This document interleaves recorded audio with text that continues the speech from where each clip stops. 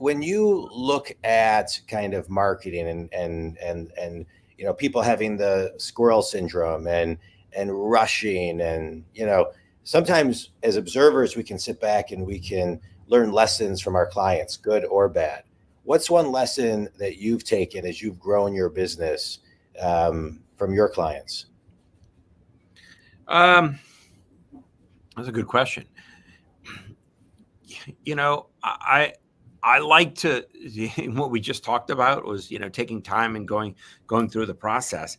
I think that's very important. And for us internally, we have spent a lot of time developing our own process and refining our own process and constantly improving.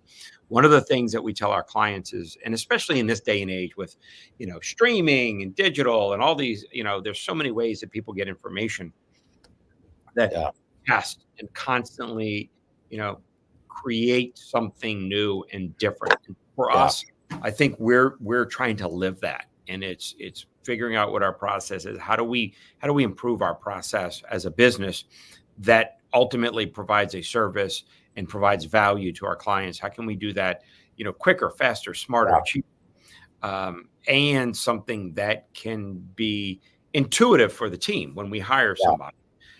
That way we can put the right person in that chair and they can intuitively just pick it up and run with it, and as quickly as possible provide value to our clients. And so, while we're telling our clients, learn from the marketing, understand what the data is telling you, understand how the performance is telling you what to optimize and what to do. I think we're looking at ourselves in that same light of going, understand the products and services we deliver and how our clients appreciate it or like it or react to it. And how can we evolve? Yeah. Well, one of the things I think that people could pause and evolve a little bit from too, Eric, is not getting too lost in the data. There's art and then there's science. And sometimes, I love the story of Sam Walton. He would be in a conference room. They give him all the data. He looked around and said, nobody here actually shops at Walmart.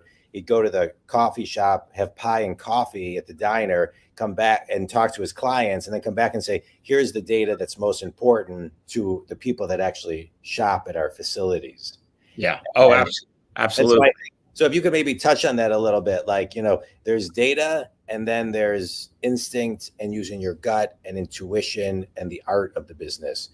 And marketing, I think, has a lot to plays a lot in that creative space. And so how do you suggest your clients balance the two?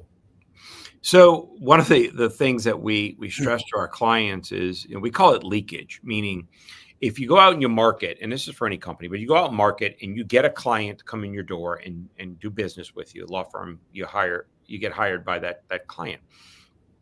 You're going to spend an enormous amount of time and energy getting that client in the door and then ultimately providing them with great legal services and so forth.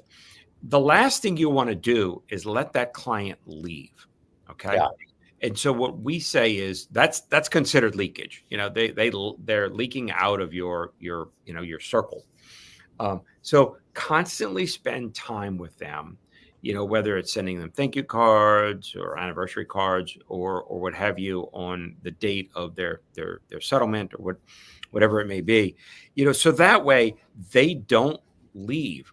But ultimately, these clients of the law firms are coming into the law firms, sit down with them, get to know them, get to understand who they are, because your paralegals are interacting with them, your attorneys are interacting with them, your front desk is interacting with you, people on your phone are interacting with them.